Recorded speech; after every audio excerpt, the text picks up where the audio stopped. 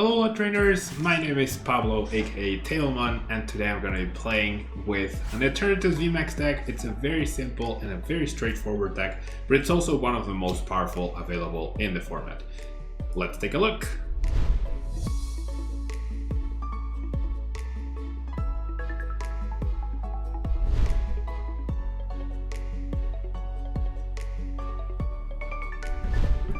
Alright, so as you can see, this deck is very straightforward because it doesn't have a lot of different cards in the deck, right? That makes it very simple, that makes it so that you don't need to be on the lookout for a specific card for a specific situation. This deck is very straightforward and very powerful overall.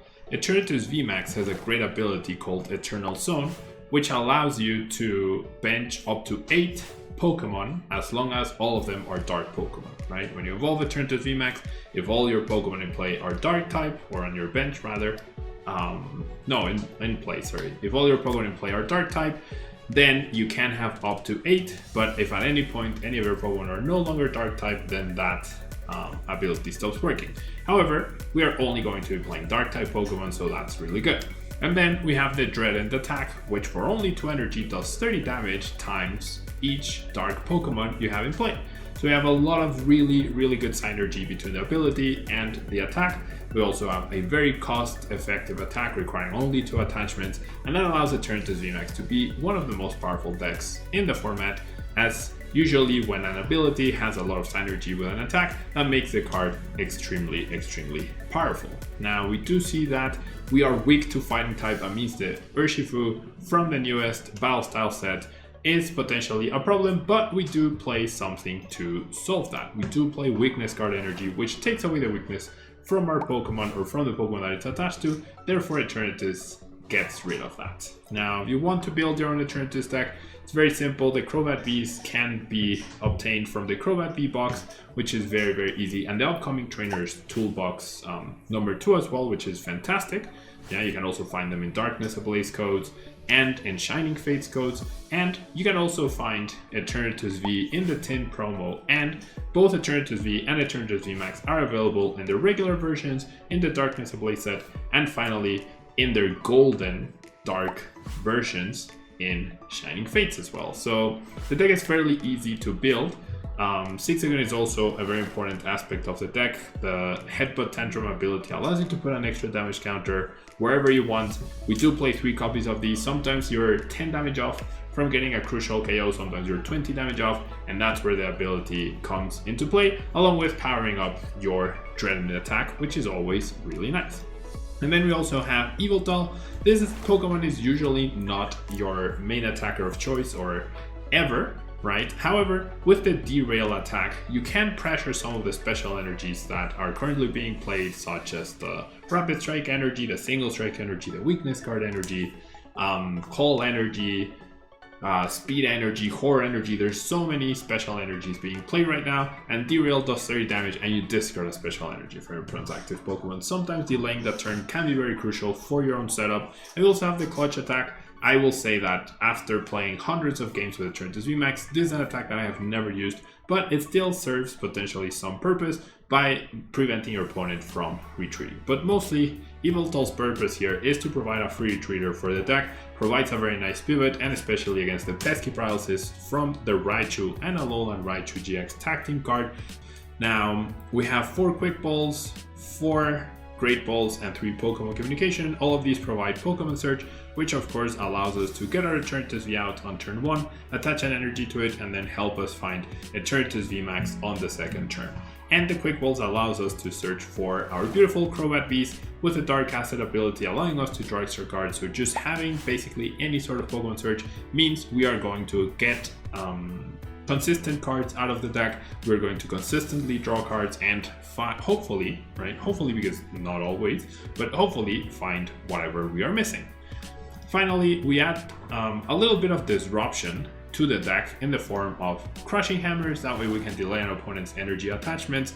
Sometimes opponents will play Crushing Hammers and they will delay our strategy themselves, so we need to be able to compensate for that with our own Crushing Hammers, and we also play more disruption with the Power Plant Stadium. This stops our opponents from playing the Den AGX super freely, and it also takes away the ability from Mew 3, which is really good. Now, we do play Power Plant because this stadium stops Pokemon GX and Pokemon EXs from having abilities. However, we don't play any of those, so it never hurts us, it can only benefit us. And so that rounds out the deck along with our 7 basic Dark Energy, which we do need to attack with Eternatus VMAX. So let's jump into the ladder.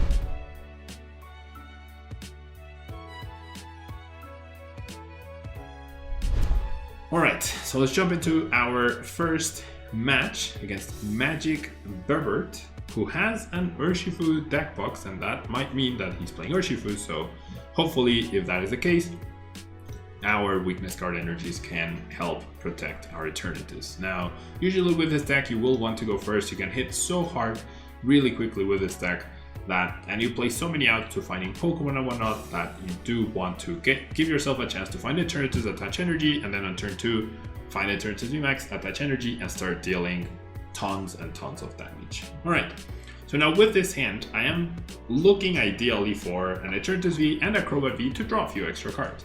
So I'm gonna play the Great Ball first, and then if I find an Eternatus or a Crobat, then I know which one I can afford, which one I need to search for directly rather with the Quick Ball. Since Great Ball is a random card, that is why I choose to play it first, and then I can play the guaranteed card. And right there, I didn't grab the other Crobat, I already have one, and my plan is always going to be to research afterwards. So I think I'm okay with just drawing my 4 cards, and I already have my plan cooking up for next turn, which is evolve, find a switching card, find an energy, and hopefully take a KO on this Reshiram and Charizard. Now I could continue to play the cards in my hand. I could even bring my hand down to just research Crobat and Eternatus for next turn. However, I think it's best if you take it a little bit slow, and in case something happens to my hand, which is Marnie or Reset Stamp, something, then all these cards that I didn't play I can still redraw later on in the game, which might help me to find Crobat, right? Or simply draw more cards with the Professor's research.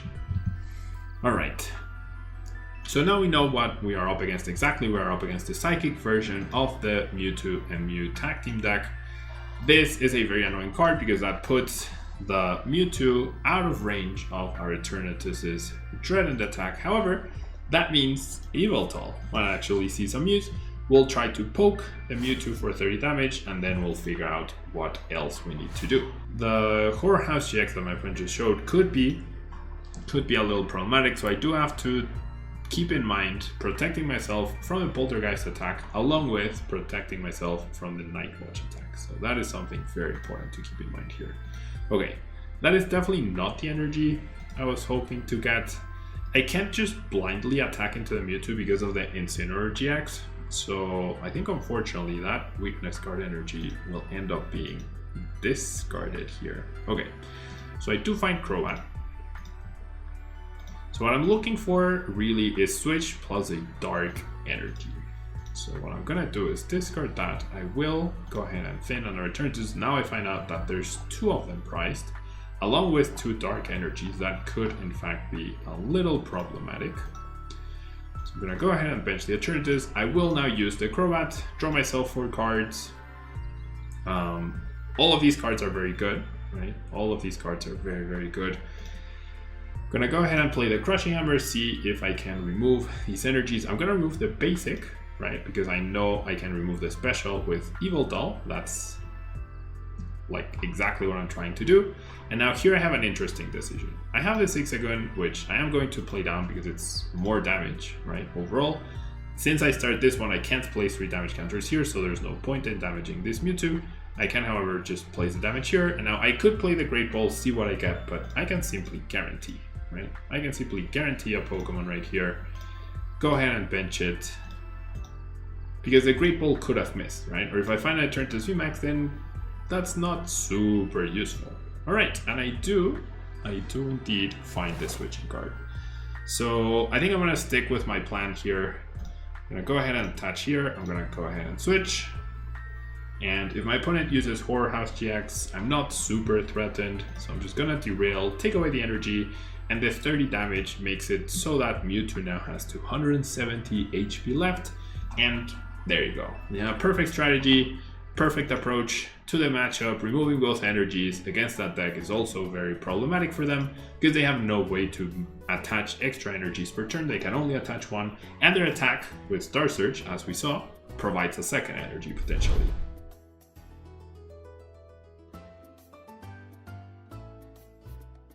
The Crushing Hammer head flip and the attack was just way too much. And even if I had flipped Tails on the Crushing Hammer, my goal was not to remove the energies. Like, even if I couldn't remove energies with Evil Doll, that would have been fine. My goal was simply to poke for 30 damage and then do the big hit for 270. That was my only goal. Alright. So we do mulligan twice, which is not ideal. And we also have sort of a weird start. I'm not gonna lie, sort of a weird start. But I mean, we have energy and we have access to Eternatus plus our attachment, so I guess I really can't complain.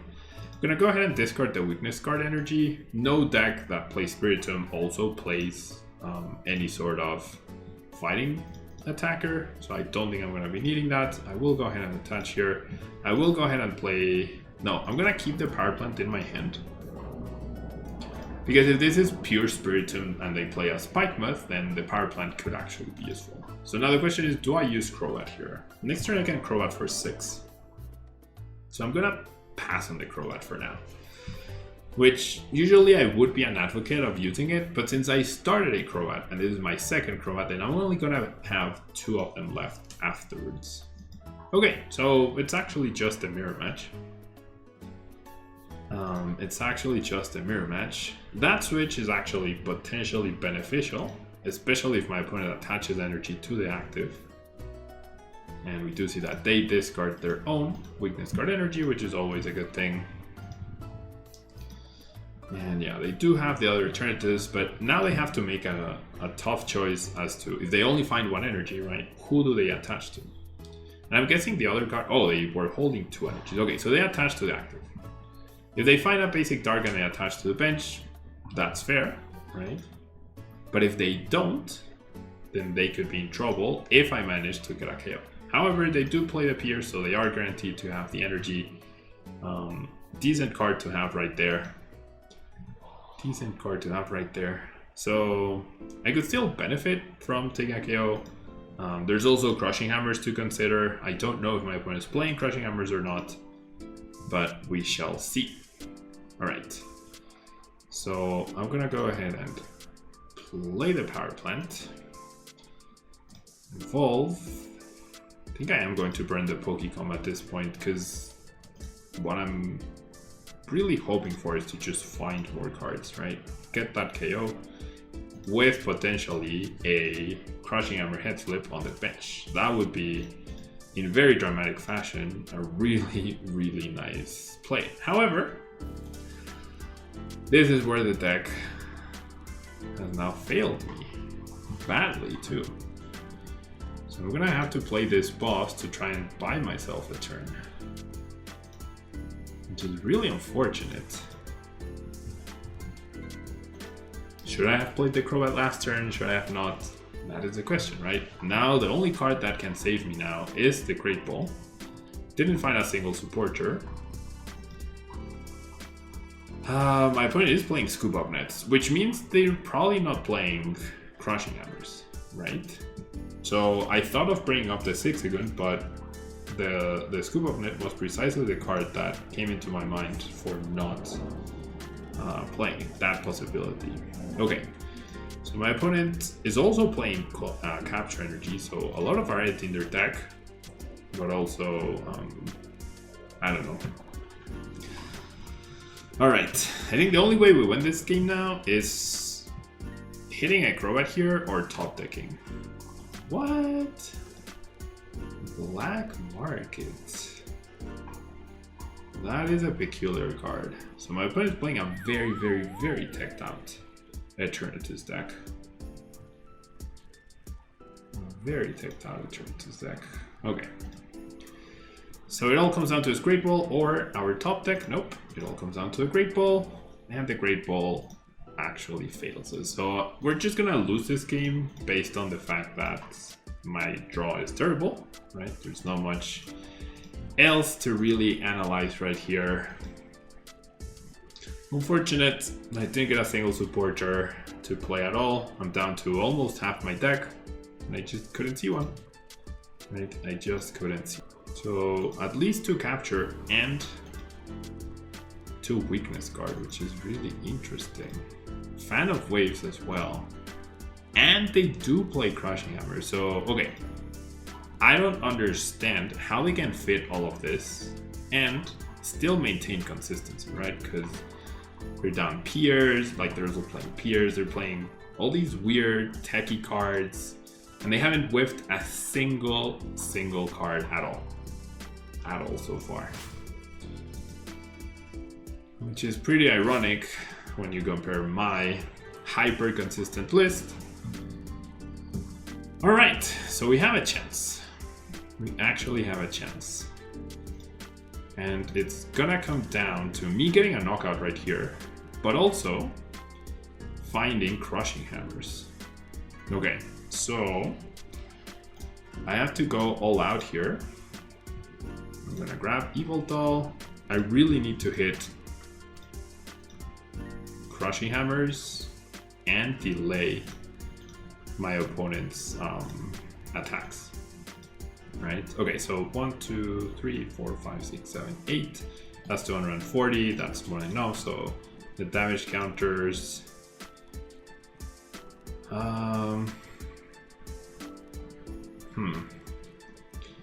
You know what? I want to put them both on this Spiritomb, I guess. And then I'm gonna go ahead and switch.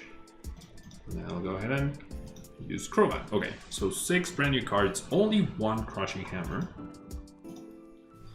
So, okay, if I hit this, my opponent is down a lot of energies. Nope.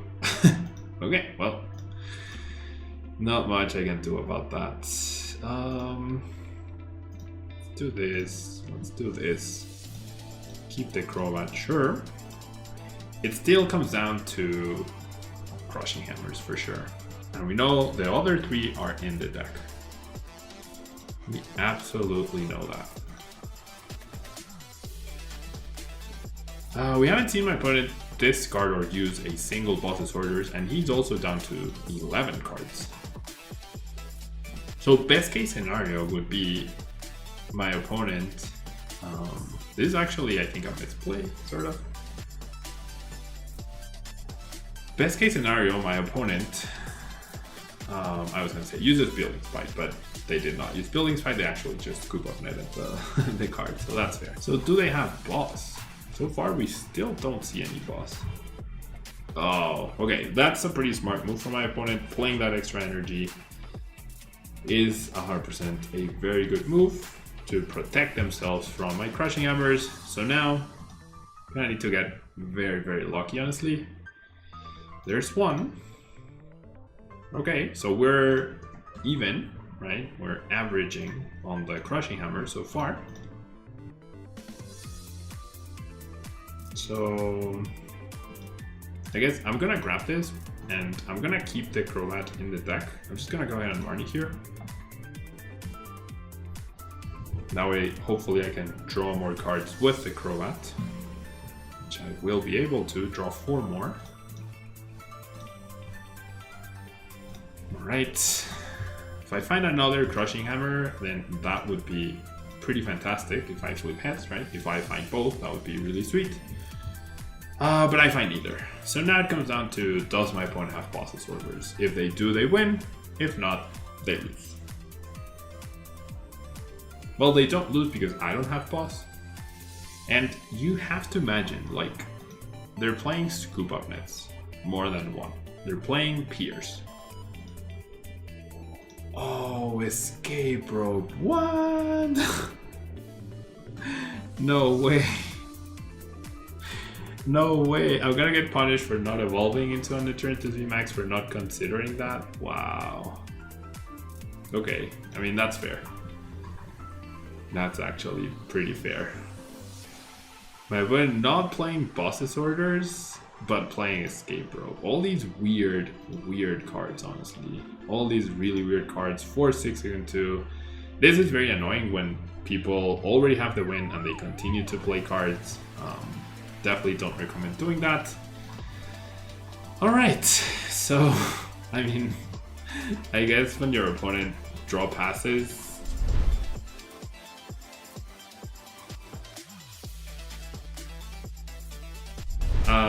it was rough, and the Eternatus VMAX mirror match is always rough. I had this sort of advantage when I went first, but then I couldn't get the first attack off, and my opponent was playing all these out of, I was gonna say out of fashion, but that's not the word. Like, all of these cards are not usually seen in successful Eternatus decks, and you'd imagine they clumped the deck, right, versus a very consistent version of the deck, but it ended up benefiting my opponent.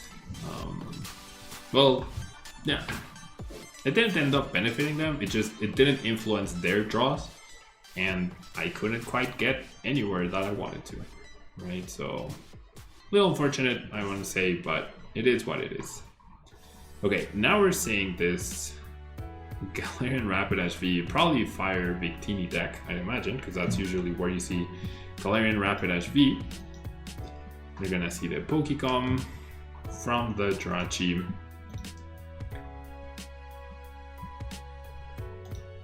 And we do see the attachment to the Galarian Rapidash V, alright. We're doing all these things.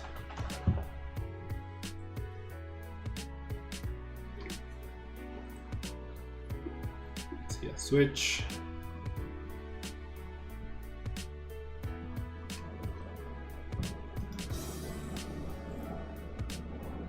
Alright, see a pass. Okay. Alright, so having 5 supporters in your starting hand, that's never a good thing. So now I have to make the decision. Do I Marnie or do I research? If I research, all these supporters are lost, but I draw 7 cards. If I Marnie, all these supporters are at the bottom, but I draw less cards. I'm gonna go for the Marnie. I feel like my Yveltal is not threatened by Victini nor by Rapidash, and I get the most beautiful hand that I could have gotten, honestly. This is actually the most beautiful hand I could have gotten off of that Marnie. Like, the only thing that will make this better is if I'm able to find another basic Dark Energy so that I can Power Accelerator onto the other Eternatus, and that's exactly what I find. Wow. Alright. Very different from the previous game. Very nice now. So I'm gonna choose to attach this energy, and I'll explain why. If my opponent uses Libra Horn and puts the damage here, I will have 100 HP left, so 120 damage. And then that means Victini VMAX's attack does 220 if I'm a V, therefore it's perfect numbers, right? Absolute perfect numbers.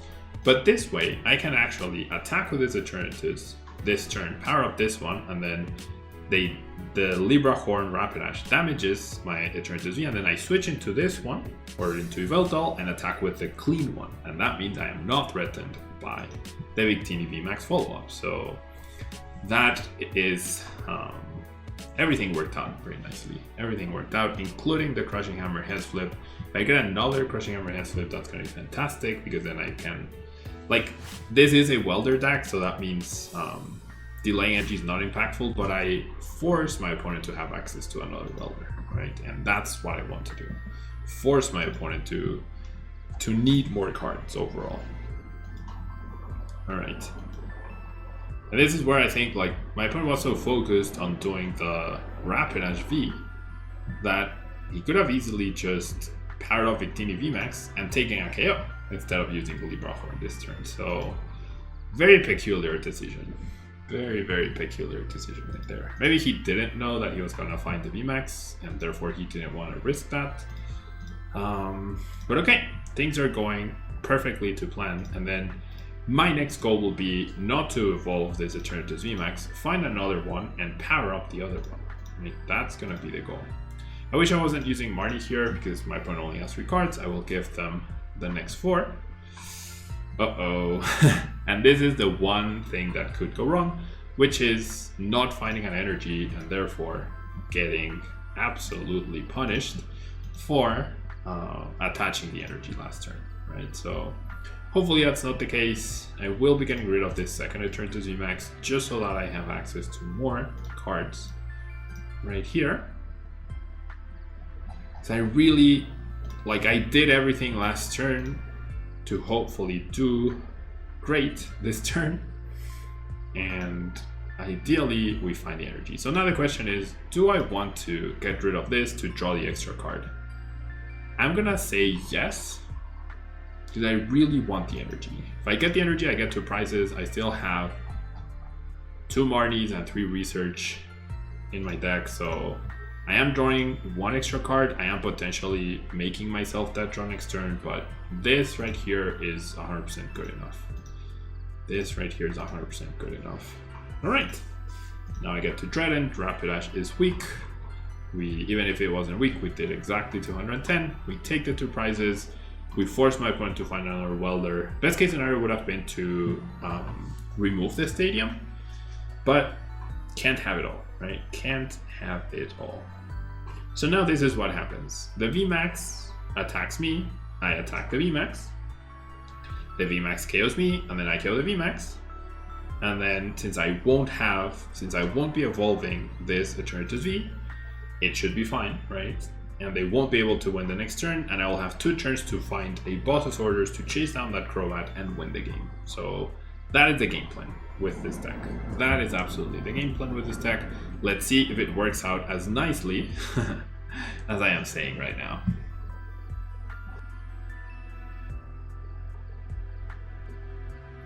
There's the welder. Onto the Victini VMAX. So everything has literally played out as I've been saying. But getting that Power Accelerator off, that's going to be the key to winning this game. As long as we don't majorly whiff, I think that first turn ended up being super, super crucial and potentially the game-winning turn. That strategy, that play that I did is potentially the game-winning turn, or the game-winning play rather. Okay, so let's play the hammer. That's fair. I've already hit 2 heads, so flipping tails is was very expected, I would say. I find the Eternatus VMAX that I was going to search for anyways, so that's pretty good. Let's do this. Let's go quick ball for a 6-gun, I guess. Sure, I already have Yveltal down, and then I'm gonna quick ball away this. I don't need to be hitting for maximum damage output every single time, so I'm gonna grab the Eternatus, but I'm not gonna bench this one. I'm gonna scare my opponent to thinking that I can maybe KO him, and then I'm gonna research. Alright, so we do find the power plant. That's good. Is there any card that I want to discard with Giant Hearth before I do that? Pokemon plus Yveltal gets me a Crobat for next turn. The 2 power plants are really good to counter another potential Giant Hearth, and all of these supporters are also pretty good. So just gonna go ahead and Dreadent right here. Not quite enough for the KO. Maybe I should have benched the Yveltal actually.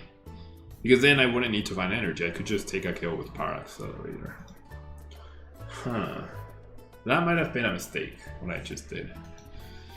Ooh, Escape Rope is a very weird play.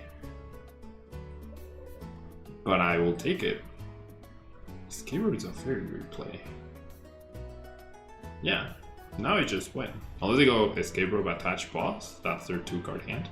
And they end up benching the Denny on their power plant, so yeah, that usually prompts a concession from opponents. My opponent should have brought the Jirachi to search for a stadium off of the Stalwish, but they did not pay attention, or they forgot about the power plant, and that leads to a win. So Eternatus VMAX, pretty cool deck, pretty powerful deck, as you saw it in action. What happened in game 2, it can happen to every deck, literally. You can dead draw. Yeah, no matter how many Crobats and outs for Crobat and supporters you play, there's always a weird combination of cards that will end up making you go draw pass. Yeah.